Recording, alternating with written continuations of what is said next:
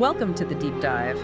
Today, we're taking a bit of a different approach, not just looking at a military unit, but really digging into a whole philosophy of war. Yeah, we're cracking open the Orbital Drop Shock Trooper's own field manual, the Enduring Core. And this isn't, your standard issue pamphlet. It feels more like a deep dive into self-reliance, independence, and just this absolute refusal to fail. That's pretty much the mission for us today, right? To pull out the core operational and cultural DNA of the ODSTs. When you read through this thing, it hits you immediately. They're not just seen as specialized soldiers. The manual itself frames them as the embodiment of the UNSC's willpower, like willpower made flesh. Yeah. Their whole training, their whole mindset, it's geared towards executing the mission when, well, everything else has gone wrong, when all the usual support is just gone. And that starts right from the get-go, doesn't it? With what the manual calls the baptism by fire. Oh, yeah. Which sounds dramatic, but it's literally their deployment method. It's controlled chaos, they call it. You're not hopping off a transport. You're strapped into a single-person pod, an HEV. A human entry vehicle. Right. And you're basically fired from orbit. It's a one-way trip down. And just surviving that, the G-forces, the impact, that's the first test. Before you even see the enemy. Exactly. The manual makes a point that the physical stress alone, pushing you right to your limits, it instantly weeds people out. It hammers home that core idea right away. The mission comes first, even before command structure. Once your boots are on the ground, command might be gone, comms might be dead. But the objective doesn't change. The objective lives on. That's the bedrock. It's pretty wild that the operation starts with arguably the most stressful part. Like stress inoculation, but on a massive scale. It's the ultimate filter. If you can handle the drop, land, and still function, you've already shown that basic self-sufficiency they need. It defines the whole core. Okay, so let's dive into the system that makes that possible. Section 1.1 talks about their creed. Endure, adapt, overcome. Sounds powerful, sure, but what does the manual actually say about how those words work in practice? Right, this is where it gets into the psychology of it all, not just doctrine. So endurance, it's not just about being physically tough, though that's part of it. It explicitly lists 4 things you have to endure, like simultaneously. Okay. First, obviously the enemy. Second, the environment could be anything, weather, terrain, you name it. Third is chaos, just the fog of war, the plan falling apart. But the fourth one, and they spend a lot of time on this, is fear. Your own fear. Okay, how does a manual teach you to endure fear? That's internal. It's about cognitive reframing. They teach you to see fear not as something that paralyzes you, but more like heightened awareness, your body's reaction. The manual outlines specific techniques like rapid breathing, focusing immediately on the next task, channeling that adrenaline rush into action instead of panic. The goal isn't just to survive the bullets, but to survive your own mind potentially shutting down. That definitely makes endure feel heavier. And once you manage that, you get to adaptation. Flexibility, right? When things change on the ground. Yep. And adaptation is often about resources. ODSTs frequently drop with very specific minimal gear.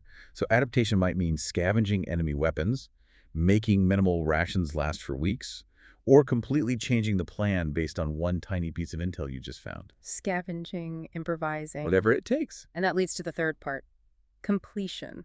Pursue the objective no matter what until it's done or literally impossible. And here's the real kicker for this whole section, the core insight. ODSTs don't call for backup. They don't sit around waiting for reinforcements to bail them out. The manual is crystal clear on this point. They are the reinforcement. Right. Their job is to drop in, stabilize the mess, and hold the line, whether anyone else shows up or not. Which, yeah, that flows perfectly into the next bit, segment 2, command without rank. If you're isolated like that, a rigid hierarchy could get you killed fast. Oh, absolutely. Your standard military command, it's a structure. It's about who holds what position. But the ODST Corps, they treat leadership more like an instinct, something that just clicks on when things go sideways. The manual actually says the delay you get with a formal transfer of command is just unacceptable when you're operating deep behind enemy lines. No time for that. So, okay, the squad leader goes down. How does the manual say they stop it from becoming, chaos or guys arguing about who's in charge? It comes down to training and standardized procedures. Every single trooper is trained in rapid tactical assessment. Like, everyone knows a checklist. They don't wait for someone to tell them. They act. The checklist is basically assess the situation, find the biggest immediate problem, and you fix it now. So whoever is best positioned or most capable just steps up, regardless of rank? Pretty much. That system ensures the next trooper takes charge without missing a beat. It's about confidence in the moment. So losing a leader doesn't cause a breakdown. It just triggers a shift. An evolution in who's calling the immediate shots. Sounds almost like a pit crew, changing roles instantly. That's a good way to put it. And that's why these ODST units have this reputation within the UNSC, for continuing operations long after presumed lost. Because the leadership is fluid based on who can do the job right then. They stay effective even when they take heavy losses. Command gets decentralized, basically, to keep things moving fast. Let's talk about where they do this, because that fluid leadership seems essential for Segment 3. Isolation as a battlefield tool. They specialize in operating way beyond friendly lines, often dropped with very little intel right onto the objective. And for the ODST, isolation isn't seen as a disadvantage they have to overcome. It's the core condition of their job. It's expected. The manual actually frames solitude as something that sharpens your instincts. Well, when you know help isn't coming, you're forced to rely completely on what you see, what you can figure out, and just sticking to the mission. Your purpose has to be unshakable. That sounds incredibly demanding psychologically. How does that translate into a weapon, this forced solitude? Because it demands better thinking, basically. You have limited intel. You can't phone home for advice. You have to analyze, decide, and act, and live with it immediately. Right. This need for autonomy means they're trained to lead from the front, coordinate whoever's left, but always be ready. Yeah. Mentally ready to finish the job alone if necessary, keeping that focus even when the radio's just static. That's a huge burden on one person, which I guess feeds right into the big picture philosophy in Segment 4, mission continuity and adversity. Exactly. Mission continuity is like the absolute foundation. The mission objective survives everything else. Command structure collapsing, supply lines cut, extraction uncertain. Doesn't matter. What's interesting there is how much power that gives even the lowest ranking trooper. They're not just following orders to the letter. No, they're pursuing the intent, the core goal of the mission. That's the crucial difference. So if the original orders don't make sense anymore, they adapt. The doctrine empowers every trooper to look at the situation and figure out, okay, what was the original point of this mission? Say the order was destroy enemy comms tower. But they get there and it's already rubble from an orbital strike. They don't just, stop and wait. they transition. Immediately. So they, reassess, restructure roles among who's left, and just keep pushing methodically. Relentless. Okay, but what if the main mission is genuinely, impossible now? The target's gone, situation's completely changed. The manual covers that too. There's a clear process for a strategic shift. If Plan A is truly off the table. Like the target escaped or something. Right.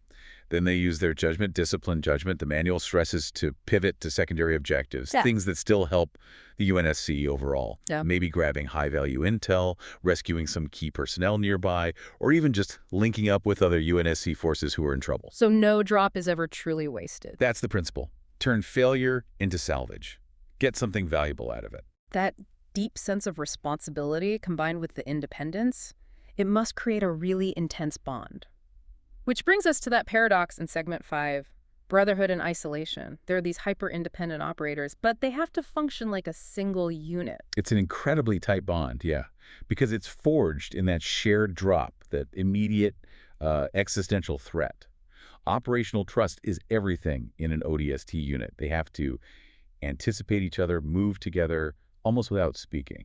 Can you give an example? How is that different from a regular Marine squad's teamwork? Well, the manual talks about something called silent tactical overlays. In a standard squad, there's constant radio chatter, confirming positions, giving orders. In an ODST fire team, the trust is so deep that if Trooper A moves to cover Point B, Trooper C knows, without being told, that they need to cover Point D to support A. Ah, okay. It's intuitive. Exactly. That level of sync comes from brutal training and shared hardship. They just know what the other guy's thinking, what they're likely to do. But operating like that, so intensely, so isolated, losses must be common. They're expected, right?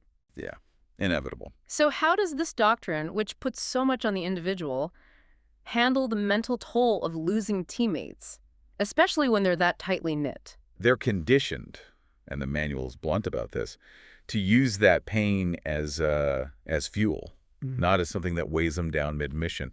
Honoring the fallen happens by completing the mission. There's an explicit rule against stopping to mourn during an operation. Wow. Total focus is required. Grief comes later. If you make it back, it sounds harsh, but it's a necessary psychological shield to keep them effective. That is intense. Okay, let's bring this all together. The final section, the spirit of the drop. What's the essence of this whole ODST philosophy? I think it boils down to knowing you're dropping into hell, Right. basically, falling from orbit, knowing you might die on impact, Yeah. and you still go. It's the confidence born from knowing that you individually are equipped and expected to handle whatever comes next. And their independence, it's crucial to remember it isn't defiance. It's not thumbing their nose at command. No, not at all. It's confidence, hard-earned confidence, backed by relentless training and this unwavering sense of purpose. Right. They're the cornerstone for UNSC ground ops because they only need a direction, maybe an objective. Other units need constant support, logistics, structure. When the front line breaks, the ships are burning, comms are out. They're the ones still fighting, still leading, still enduring. They are, the ultimate example of adapting under pressure precisely because they're trained not to need anything external to succeed. So for you listening, maybe you're facing something tough, something where the usual support isn't there. What's the big takeaway from the Enduring Corps? I think it's that final distinction the manual makes. ODSTs aren't defined just by surviving against the odds. They're defined by their refusal to quit. That absolute commitment to the objective, regardless of the personal cost, comfort, safety, even sanity. So think about that next time you feel like you're alone against an impossible task. Are you waiting for rescue, or are you the reinforcement?